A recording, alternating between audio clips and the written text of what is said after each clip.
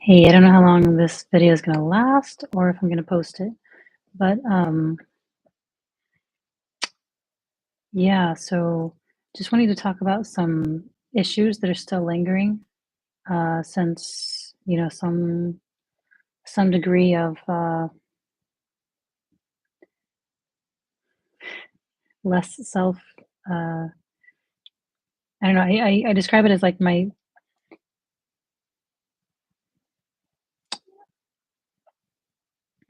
what do you call it? Identification, self structure, whatever. I say it's kind of like it's been sprayed with Teflon. And so there's a lot of like feeling of almost kind of floating through life now. Um, it's pretty ungrounded. I can think of the past, but it doesn't necessarily have much to do with me. I can think of things I've done before, and it's like, it's a list or it's a fact, like it's history, um,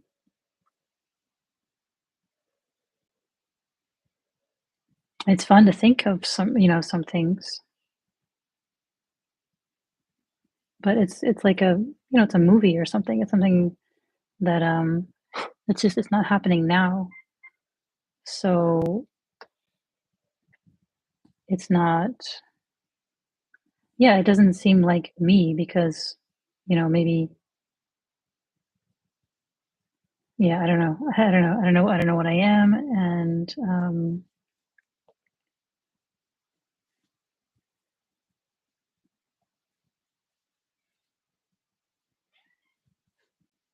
there's not much to even attach to that. I can't say like it's lonely. I can't say it's exhilarating. I can't say it's.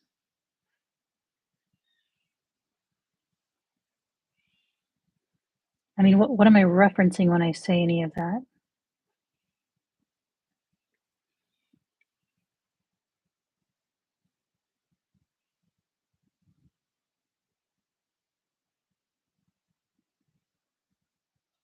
It's like there's what what else would there be other than just whatever's kind of happening right now? So like yeah, that's kind of, I don't know, I guess a little peek into trying to explain what it's like. And I mean, I can only say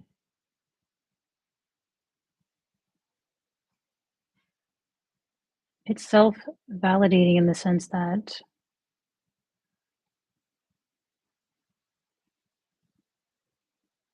I mean, where's the lie that the past is not here? Where's the lie that I can't say anything about myself? Where's the lie that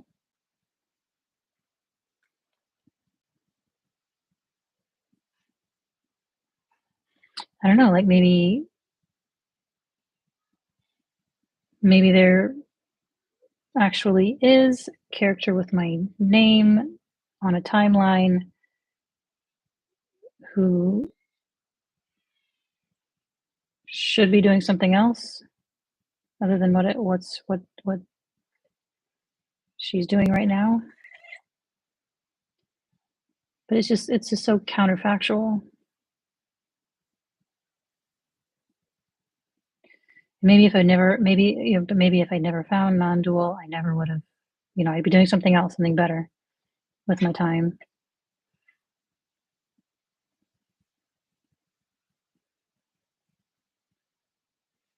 But I mean, again, that's not how it happened.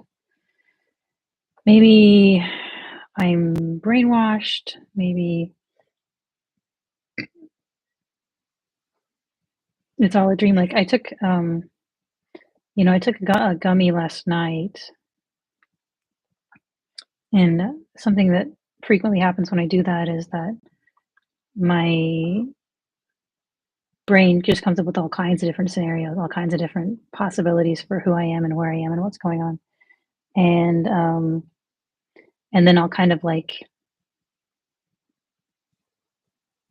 sort of like I said, shake the etch a sketch and a new story starts up and sort of builds on itself until that one, so I mean,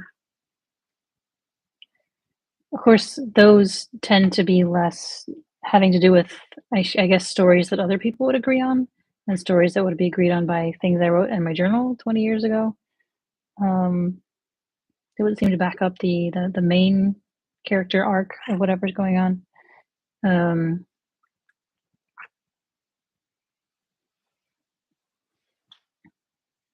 but the point is, the brain can make up all kinds of things and then forget them. And you know, and I've been having some really interesting dreams lately too, like including one where I was in actually a concentration camp, and I knew it was my turn to die, and I was writing a letter to my mom. Um, you know, feeling quite peaceful about the fact that I was going to die, for whatever that means. Um,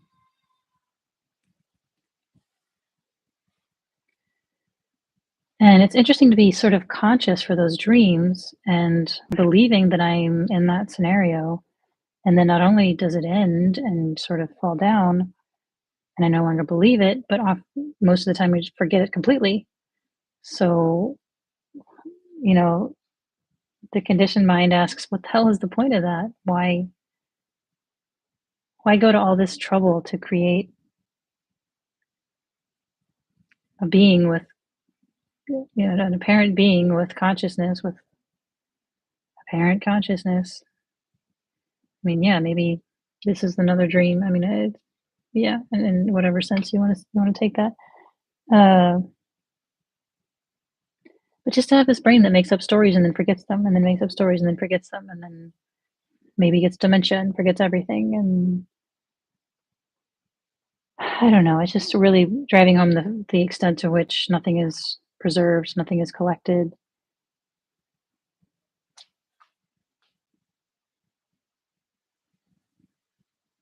Nothing is saved for a rainy day.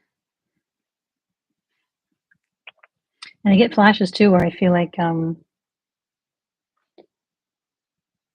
I was just in a meditation in North Carolina, and now I'm here. It's like the timeline is doesn't feel quite as linear as it used to. Maybe that's just imagination though, who knows? Um, because like I say, mind can make up anything. Um,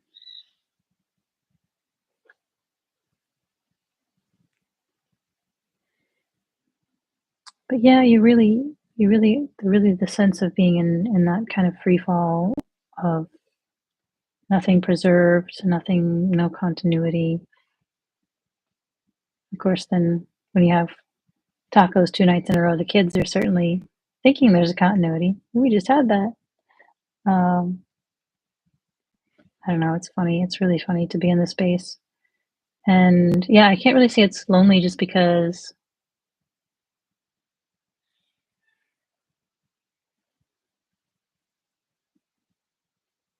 I mean, I don't know. It just is what it is. So anyway, uh, I'm going to mention some things that are still, I guess, a little bit vexing. And, you know, the way I put it, you know, it took me 5 years to get successfully pregnant with my first child. And when I was pregnant with him and I'd have morning sickness or whatever, I would always tell my husband, I'm not complaining. I'm just remarking, you know, about whatever, because I was so happy to be pregnant. I couldn't care less if, you know, what I felt like. I just wanted, you know, to have a healthy pregnancy. And even morning sickness was like, yes, maybe that's really going to work this time. So in that spirit, you know, anything that I'm talking about now, I'm not complaining, just remarking, just saying what's what or what my experience is. Um, and yeah, one of the biggest things is, I told you, I think I mentioned it in another video, how the anguish kept coming through, just this deep, deep anguish. Um, and my counselor mentioned it might have been something from outside of myself. I suspect it's my own old anguish, but who knows? Like, these things don't come with labels. Um, but then that kind of eased off, and now what's really prominent is resentment and hatred of the universe, of everything. It's just like sunset, bleh. It's like tree, stupid tree. You know, it's to get up in the morning and walk around like a human, stupid. Um, I don't know, it's just generalized. I hate everything. And, you know, I was kind of warned in one of Angela's videos that when sort of coping mechanisms fall away, then there's no filter between you and some pretty tough feelings and some pretty deep seated like emotion tones from God knows when, from infancy, from ancestors, whatever. So I'm not identifying with this hatred. I'm just feeling it. It's like I'm wearing hatred colored glasses. It's like I know I'm wearing the glasses. I know it's not me, but here it is. Um,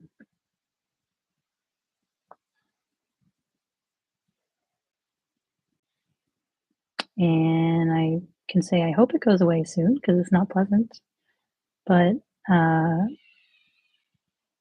if there's something I can do about it, I mean, I did some yoga today.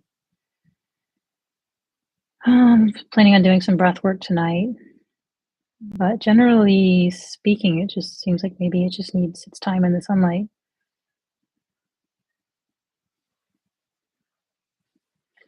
So yeah, that's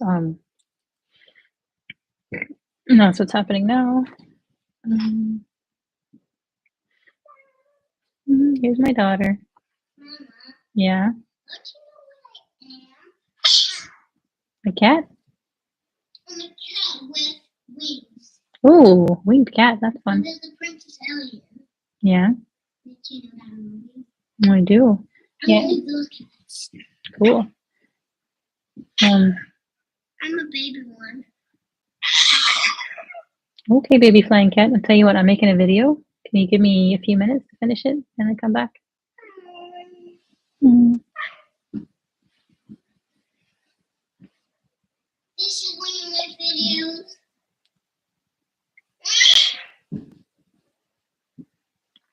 Thanks, love.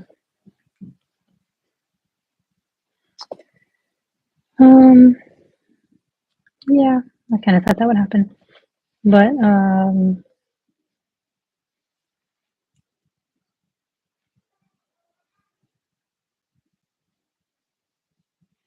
yeah. And there's also, I think there's still some vasanas, like the desire to be kind of recognized as a good student and patted on the head for whatever has happened here, which I know is completely cuckoo banana cakes, as the kids would say. Um, it doesn't make any sense, but for so much of my life, my only worth came from being clever or being quick-witted or being advanced. So yeah, and I know that's nobody gives a shit. Like,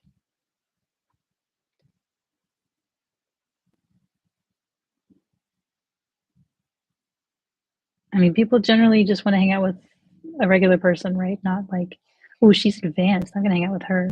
Like it's whatever. Like, what's the utility of that? I mean, the utility is in the thing itself, I suppose, and that you can learn or you can do things, but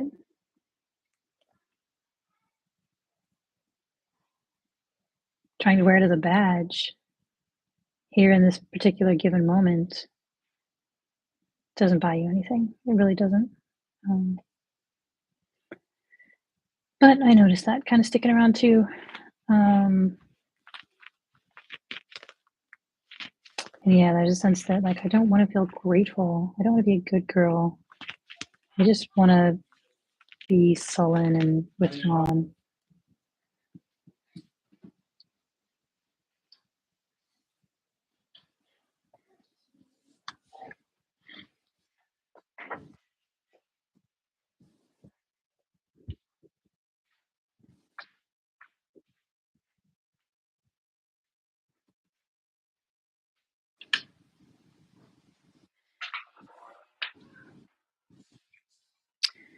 And I want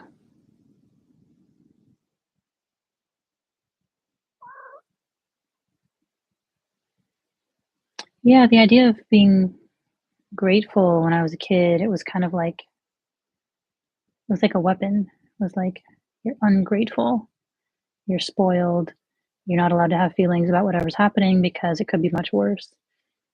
Um, and so, yeah, I think there's a kind of old rebellion against that.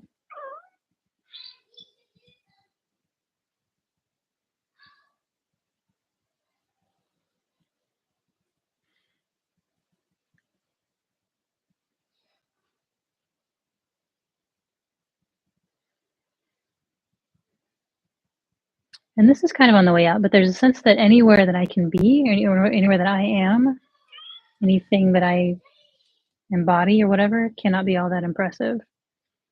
It's kind of the flip side of, the flip side of the arrogance or the wanting to be better is the fear, the terror that I'm worse, the fear that, the insecurity. So, yeah, I can still smell whiffs of that. Uh, there were even early on some grandiose thoughts of like, okay, I figured out this universe. Now let's, onto another better universe or whatever. Just ridiculous stuff. Goodness. And there's an old fear that the universe will smite me somehow, or, you know, people I care about to teach me a lesson if I'm happy or if I'm complacent. That's like as if I'm safe as long as I'm miserable and contracted. Um, but I don't control that either way. I just don't. So that's kind of fallen off already. Um,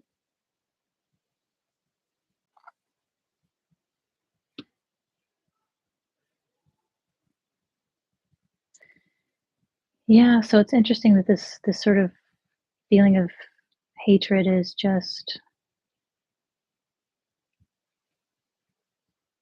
it's just like some loop that's almost existing autonomously. Maybe it's just going to kind of wind down with time. Um,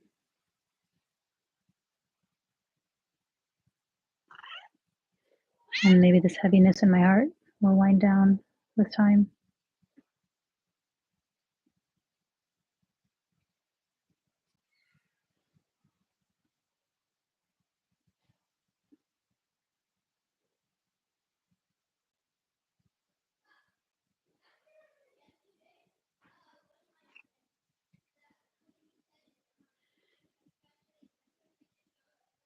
And there's still moments of like sort of not knowing what to do and uh, reaching toward old distractions like social media and stuff.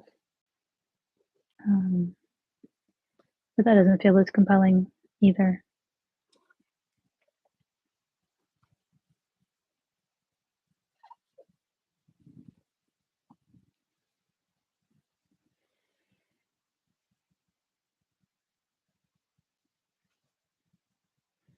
Yeah, Angelo in a video I just saw, said that in these sort of places which are almost kind of doldrums or almost like, where's the motivation?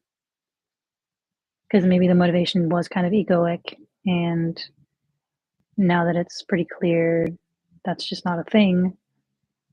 Uh, where's the motivation?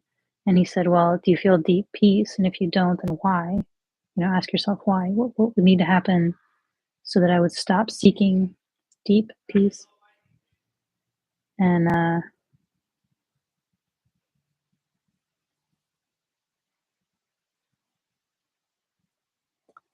it seems that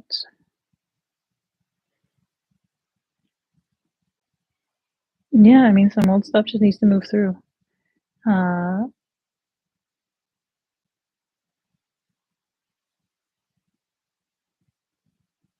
And I'm doing my best to, sit with it, allow it, not identify with it because there's no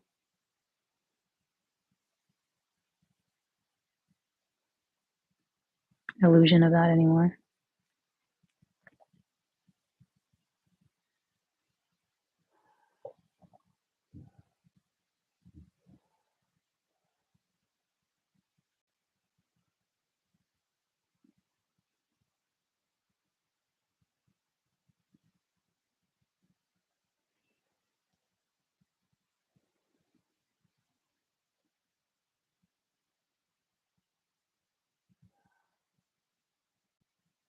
Just let it do what it does.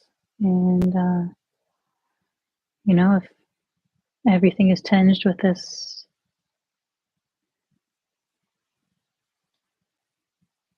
kind of immature, old,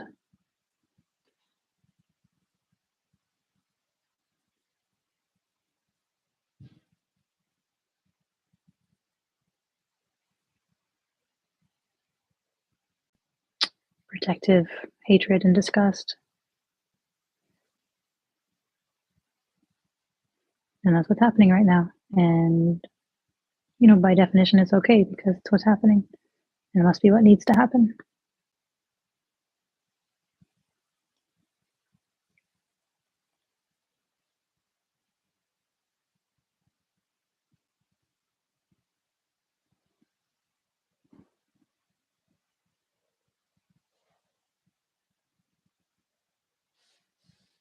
And it is nice that, I'm just so much more able to do what I do, whatever it is, and just not second guess myself into oblivion. It is what it is. What's happening is happening. Um,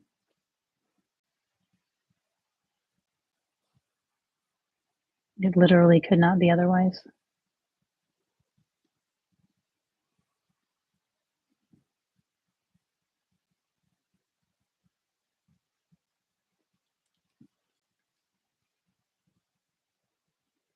And one last little thing that I thought of is, that striving to be good enough, good student, or whatever you think good enough means. In a sense, my ancestors had to strive so much to be good enough,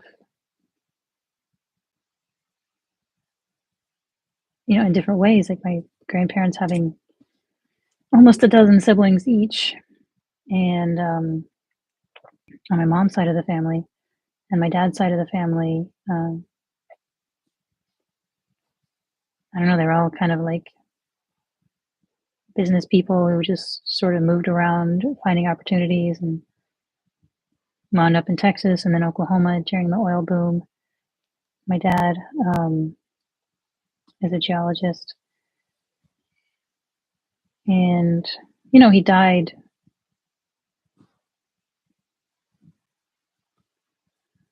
I would say his life was not good enough.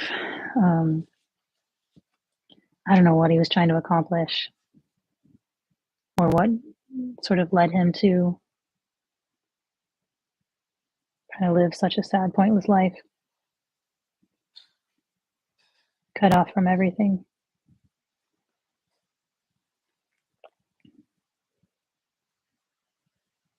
And maybe a lot of what I've done has been trying not to do that, not to. I mean, that's a life you don't want. You don't want to claim. You don't want that to have been your legacy or your experience. And it's like, how can I make sure I don't become like that? Because it's a possibility. It's always a possibility.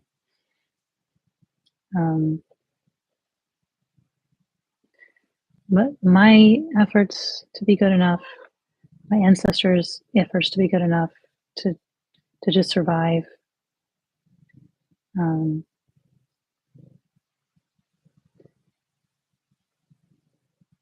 It's like I'm finally in a place where I can see a point where I just feel good enough.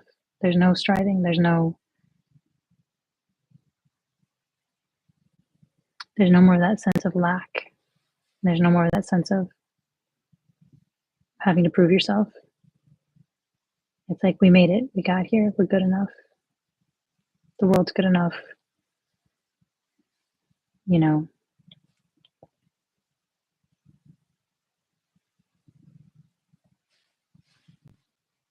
it's possible to rest even in this completely crazy, chaotic life. And maybe in some, my grandpa, to some extent, maybe he was able to do that actually.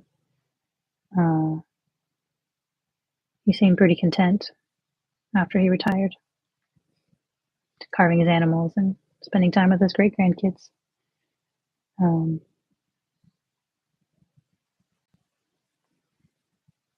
but yeah, I mean, the point is, you don't have to wait till retirement, and you don't have to accomplish anything. It's just here. It's just here for us if we can claim it, claim our birthright. And yeah, it's nice to think of all the people who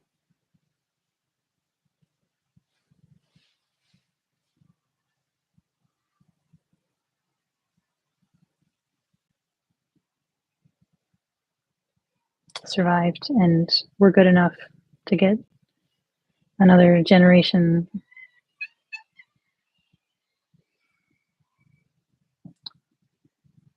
alive to the point where somebody can finally feel like, yeah, I don't need to